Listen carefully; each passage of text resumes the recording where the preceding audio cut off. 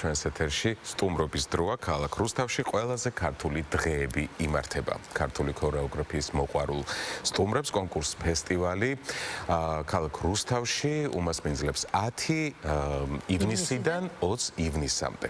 წელს ამ გრანდიოზულ პროექტში ქართული დიასპორებიც ჩაერთვებიან და რუსთავის ცენტრალურ პარკში მოწყობილ საფესტივალო სცენაზე მსოფლიოს სხვადასხვა ქვეყნიდან შემოგვიერთდებიან. ქალაქ რუსთავის ერთ-ერთი მთავარი კულტურული მოვლენის შესახებ თავად ქალაქის მერი ქალბატონი ნინო ლაცაბიძე გვესაუბრება და ხატია ფოცხვერაშვილი რუსთავის მერიის კულტურული პროექტების მართვის ცენტრის დირექტორი.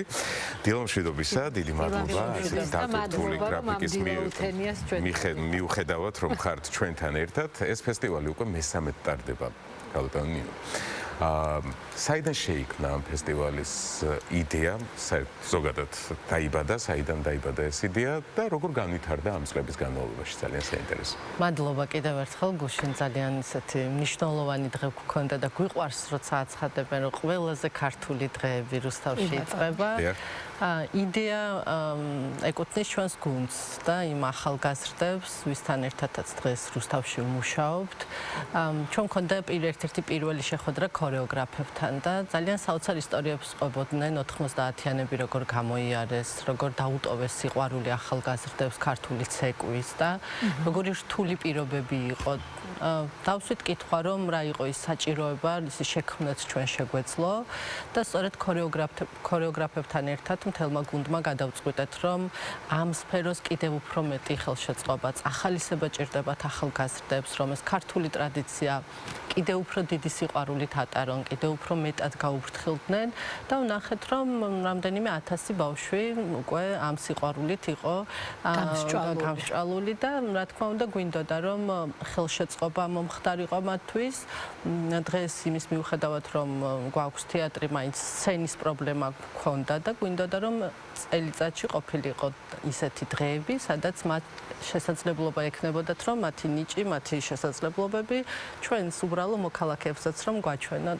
ასე რომ დავიწყეთ ფიქრი იმაზე, რომ ეს შესაძლებლობა უნდა შეექმნა ჩვენს გუნდს და ამაყივა, რომ მათ შორის ჩვენი მერიის გუნდი ძალიან მაგრად ართმევს თავს იმას, რომ 3000 ახალგაზრდას უმასპინძლო არ არის მარტივი ამბავი. 30 ქორეოგრაფიული ანსამბლი იღებს მონაწილეობას. წელს საერთაშორისო სტატუსი მივეცით და მოიწვიო ისეთი ახალგაზრდები, ვინც ჩვენი ქვეყნიდან შორს არიან, ქართველია და უყვარს ქართული ცეკვა და დიასპორა 3 ქვეყნიდან იქნება წარმოდგენილი: შვედეთი, გერმანია, საბერძნეთი და დავიწყეთ ფიქრი იმაზე, რომ ეს აუცილებლად უნდა ყოფილიყო რუსთავში. მათ შორის საპრიზო ფონდიც სწორედ აქედან გამომდინარე გვაქვს, ცოტა ისე ჟღერს ხოლმე ხანდახან არც მომწონს ეს ფულადი ჯილდო, თუმცა აუცილებელია იმისთვის, რომ ქორეოგრაფიული ანსამბლებს ხელი შეუწყოთ, მათ ჰქონდეთ ფინანსური მხარდაჭერაც, მათ შორის რომ გააუმჯობესონ მათი შემოქმედება და უფრო მეტი შესაძლებლობები ჰქონდეთ. ძალიან გვიყვარს ეს პროექტი, განსაკუთრებულია იმის მიუხედავად, რომ გუშინ ამინდიც ისეთი არ იყო, როგორიც გვინდოდა და მონდომება და სიყვარული და ჩვენი თანამშრომლების ძალიან დიდი შრომა იყო ჩადებული, რომ ღირსეულად გახსნილიყო ქართული რუსთავში. სხვათა შორის მე მინდა რომ დავამატო ჩემი მხრიდან, რომ მე მქონდა თქვენს გუნდთან შეხვედრის ბედნიერება და მართლა განსაკუთრებული გუნდი გყავთ, შესანიშნავი ახალგაზრდები, მოტივირებულები, ჭკვიანები, თავდადებულები. და სწორედ ამის შედეგია ის, რაც დაუშვათ 10-დან 20 ივნისამდე განხორციელდება რუსთავში. აქვე მინდა გითხოთ, აი ნინომ ახსენა, რომ წელს დიასპორები ჩაერთვებიან. აი რა ელფერს შესძენს დიასპორების შემოერთება ამ ფესტივალს? მოგესალმებით.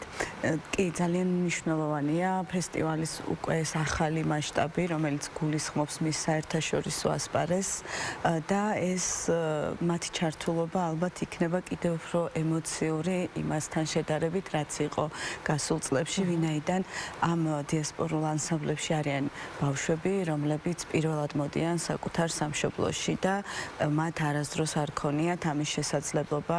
არიან ასევე რუსთაველები, რაც ძალიან ძალიან გვახარებს და აი 10 მაგათ ემოციები თვარს, იმიტომ რომ მათ აქვთ შესაძლებლობა საკუთარ სამშობლოში გამოხატონ ის დამოკიდებულება, რა დამოკიდებულებასაც უცხო ქვეყანაში ატარებენ საკუთარი კულტურის მიმართ და მათი შეხვედრაც ალბათ ძალიან საინტერესო იქნება და ფესტივალის მიწურულ დღეებს, მაშინ როცა უფრო მასშტაბები რაღაცა გაიზრდება და უფრო ემოცია იმატებს, ზუსტად ამ დროს შემოგვერდებიან 17 ივნისიდან იქნებიან უკვე ისინი საქართველოში. გარდა იმისა, რომ ფესტივალში იღებენ მონაწილეობას, დაგეგმილი გვაქვს არაერთი აქტივობა. რა თქმა უნდა, ჩვენს ქალაქს ვაჩვენებთ და გავაცნობთ მათ, ვინცაც არ აქვს ნანახი და ძალიან ბევრი საინტერესო აქტივობა, რაც ისევ და ისევ იტრიალებს ამ კონკურსის გარშემო და ქართული ტრადიციების გარშემო. ძალიან საინტერესოა ტურისტული მიმართულების ჭრილშიც რო გამიხილოთ ეს ფესტივალი შარშან 60,000-მდე ვიზიტორი ყავდა ამ ფესტივალს. აი როგორ ზეგავლენას ახდენს ტურიზმის სტიმულირებაზე ქალაქ რუსთავში ეს ფესტივალი? მე ვფიქრობ ძალიან დადებით. კი, ჩვენ ამაზე ბევრჯერ გვიმსჯელია, არა ვართ განებივრებული ისეთი კულტურული ძეგლებით, როგორც ბევრი ჩვენი სხვა ქალაქია და ვფიქრობდით, რომ რა პოტენციალი კიდევ შეიძლება აღმოგვეჩინა ჩვენ ქალაქში და ეს იყო საფესტივალო სივრცის შექმნა, ოქსიგენი დავიწყეთ, ქართული სიმპოზიუმი მოქანდაკეთა და ვფიქრობთ, რომ ესე შეგვიძლია, რომ ტურიზმზე უფრო თამამად ვისაუბროთ მომავალში, თუმცა ვფიქრობ, რომ შეიძლება ჯერ ადრეა 60,000 ვიზიტორი იყო უპრეცედენტოდ დიდი რაოდენობა ჩვენი ცენტრალური პარკისთვის, ჩვენი ფესტივალისთვის წელს ვფიქრობთ, რომ უფრო მეტი იქნება და რა თქმა უნდა გვიხარია ყოველთვის, როდესაც სტუმრები ჩამოდიან ჩვენს ქალაქში და ნელ-ნელა მივდივართ იმისკენ, რომ ქალაქი მათ შორის ტურისტულადაც იყოს მიმზიდველი და რატომაც არა საფესტივალო სივრცე, ფესტივალები ახალგაზრდებისთვის ეს ძალიან კარგი ნიშა იქნება ჩვენი ქალაქისთვის. ნომინაციები ახსენა გალბატონმა ნინომ და აი რა ნომინაციები იქნება? ნომინაციები 10 ნომინაცია გვაქვს, აქედან გრან-პრი არის მთავარი ჯილდო, რომელიც არის გარდამავალი და წლიდან წლამდე გადაეცემა გამარჯვებულ ანსამბლს. გვაქვს პირველი, მეორე, მესამე ადგილი, საუკეთესო ქორეოგრაფია, საუკეთესო ქართული, ვინაიდან სახელიდან გამომდინარე, ჩვენ ყოველწლიურად ვასახელებთ ასევე საუკეთესო ქართულის შემსრულებელს, გვაქვს სოლო შემსრულებლების ნომინაცია. მოკლედ 10 ნომინაციაში ჟიური შეაფასებს ჩვენს მონაწილეებს. და მოდით აი შეჯამების სახით, ხო. რომ მოკლედ გავაცნოთ ის პროგრამა, რაც 20 ივნისამდე თქვათ ელოდება. დაგეგმილია და აი მომავალი როგორ გესახებათ ამ ფესტივალის? მომავალი კიდევ და კიდევ უფრო ფართო მასშტაბიანი პროექტი იქნება. დარწმუნებული ვარ, რომ დრო მოვა, როდესაც თითოეული მუნიციპალიტეტიდან, რომ ეს სურვილი გვაქვს. პირველი ის, რომ ახალგაზრდები ერთმანეთს იცნობენ, მეგობრდებიან, ძალიან კარგი გარემოა ახალგაზრდული და დარწმუნებული ვარ, რომ ახლა თუ 30 ქორეოგრაფიული ანსამბლია მომავალ წლებში კიდევ უფრო მეტი იქნება. რა თქმა უნდა, დიასპორებთან ურთიერთობას გავაგრძელებთ აქტიურად, იმიტომ რომ ესეც ემოციურთან ერთად მნიშვნელოვანი ნაწილია ჩვენი ქვეყნისთვის და ჩვენ თავზეც მუშაობთ, რომ წლიდან წლამდე გავიზარდოთ, უფრო უკეთესი ხარისხი გქონდეს, მადლობა თქვენს მხარდაჭერისთვის და დახმარებისთვის, ასე რომ ის, რომ ჩვენც ვსწავლობთ და ქორეოგრაფიის ამ სფეროს ძალიან დიდი წარმატება შეუძლია როგორც ქვეყნის შიგნით, ასევე ქვეყნის გარეთ, ამას კარგად ვგრძნობთ და პირველ რიგში აი კითხვა რაც იყო, რომ როგორ დავიწყეთ.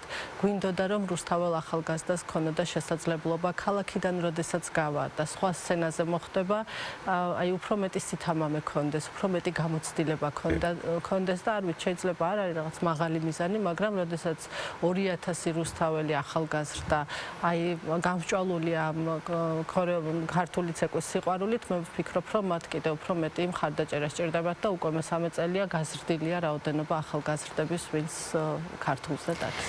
ძალიან დიდი მადლობა. მადლობა რომ წარმატებებს გისურვებთ. ჩვენი სტუმრები 10-დან 20 ივნისამდე გელოდებათ ქალაქი რუსთავი შესანიშნავი გუნდით და შესანიშნავი ცენტრალური ღონისძიებებით. პარკი, სადაც ესეთ ფანტასტიკურ ღონისძიებას დაესწრებით, სხვათა შორის სრულიად უფასოდ და შეგიძლიათ ქართულად გაატაროთ დღეები. ჩვენი ქალაქ სტუმრები რუსთავში. კი გახდათ ქალაქ რუსთავის მერი ნინო ლაცაბიძე და რუსთავის მერიის კულტურული პროექტების მართვის ცენტრის დირექტორი ქალბატონი ხატია ფოცხვერაშვილი. დიდი მადლობა კიდევ ერთხელ.